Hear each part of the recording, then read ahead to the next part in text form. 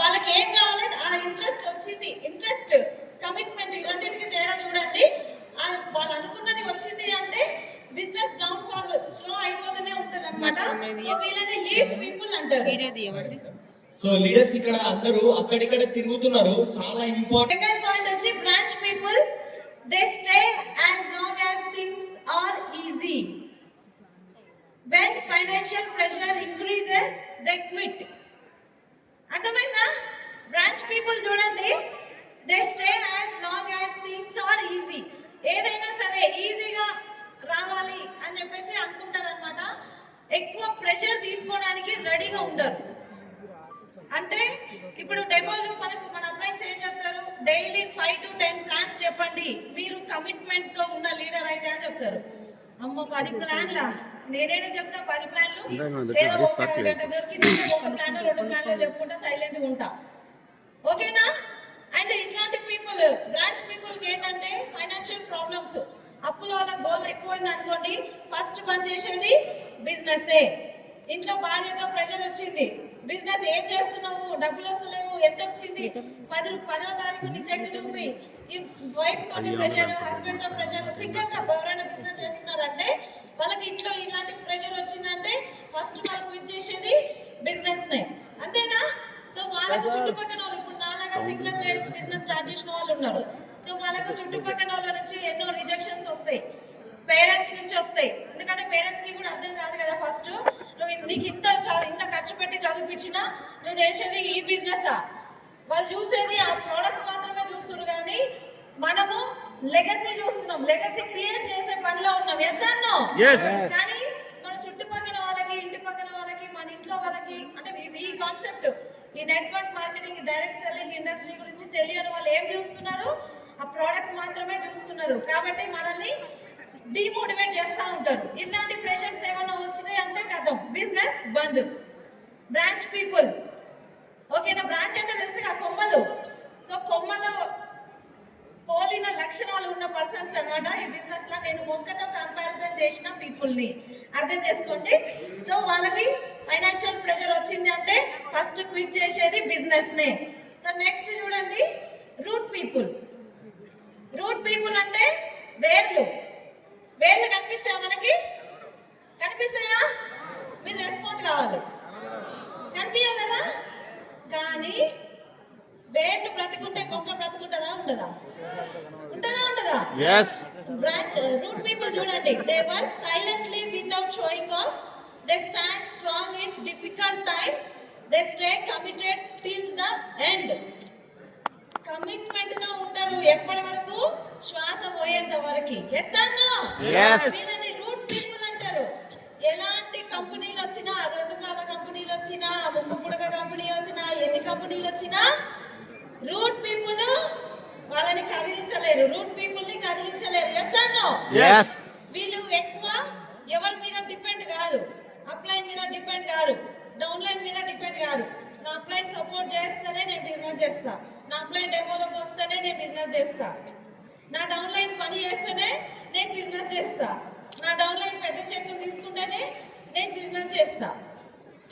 Route people ఎవరి మీద depend కారండి, independent leader గా నిలబడతారు. సో ఆ రూట్ ఎంత స్ట్రాంగ్ గా, అంటే ఎంత పెద్ద నెట్వర్క్ ని మనం ఫామ్ చేసుకుంటే మన బిజినెస్ అంత లాంగ్ టర్మ్ ఉంటుంది. Yes or no? Network marketing కదా మనది. సో నెట్వర్క్ యొక్క అర్థం తెలుసు కదా ప్రతి ఒక్కరికి.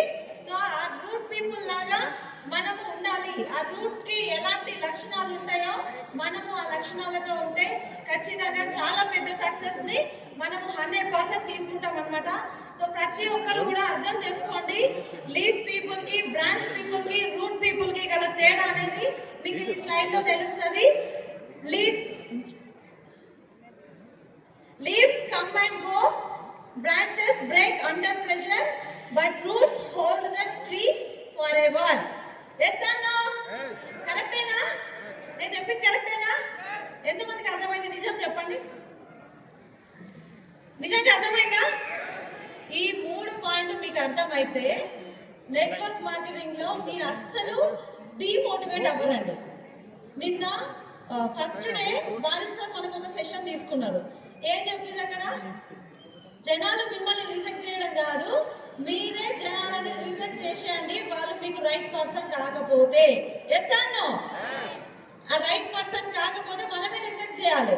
ఇక్కడ ఖచ్చితంగా ఈ 3 టైప్స్ ఆఫ్ పీపుల్ ని ఎవరైతే ఫైండ్ అవుట్ చేస్తారో, ఎవరు ఎలాంటి పర్సన్ అనేది ఫైండ్ అవుట్ చేస్తారో మీరు అర్థం చేసుకొని వాళ్ళ దగ్గర మీరు టైం పెట్టాలి.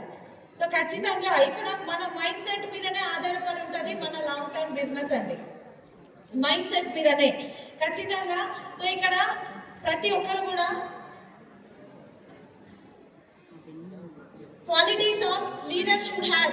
ఇక్కడ చూడండి, ఈ క్వాలిటీస్ ఉండాలి ఖచ్చితంగా. మనము ఫైండ్ అవుట్ చేస్తున్నాము ఏ పర్సన్ అసలు వీళ్ళు రైటా, వీళ్ళు రాంగా, వీళ్ళు బిజినెస్ చేస్తారా, వీళ్ళు చేయరా అని మనము ఫైండ్ అవుట్ చేయగలగాలి. సో ఈ క్వాలిటీస్ అనేవి వాళ్ళకి ఖచ్చితంగా ఉండాలి. Clarity, they should have a clear direction.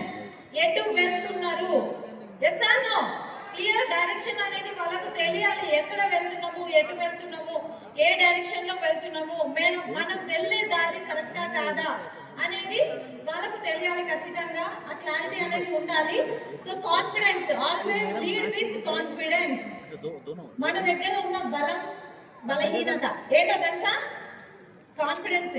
So confidence miss అయిన బలహీనత, అదే మన బలహీనత. కాన్ఫిడెన్స్ తో ఉన్నాం అనుకోండి, ఎడారిలో వదిలేసినా కానీ మీరు నెట్వర్క్ బిల్డ్ చేస్తారు. ఎడారిలోనైనా నెట్వర్క్ బిల్డ్ చేయొచ్చు కాన్ఫిడెన్స్ ఉంటే, మన మీద మనకి నమ్మకం ఉంటే. Yes or no? ఎంతమంది అగ్రీ చేస్తారు? ఇది మీ మీద మీకు నమ్మకం ఉందా? నిన్న డియూసిడి రికగ్నిషన్ అయింది ఇక్కడ. ఎంతమంది మీరు డ్రీమ్ చేశారండి ఇక్కడ ఈ స్టేజ్ మీదకి మీరు అలా నడుచుకుంటూ వస్తారని? ఉందా మీకు ఆ కాన్ఫిడెన్స్? ఉందా? ఆ కాన్ఫిడెన్స్ 3 రోజులు ఎఫ్ఆర్ఈ వరకే ఉండొద్దు. 3 రోజులు ఎఫ్ఆర్ఈ వరకే ఉండొద్దు. ఎప్పటికప్పుడు పెట్టుకుంటూనే ఉండాలి. మనం సిస్టమ్ లో ఉంటే ఆ కాన్ఫిడెన్స్ మన ఊపిరి పోయేంత వరకు మనతో ఉంటది. ఓకేనా? సో కాన్ఫిడెన్స్ ఉంటే ఆ వ్యక్తి ఖచ్చితంగా సక్సెస్ అవ్వచ్చు.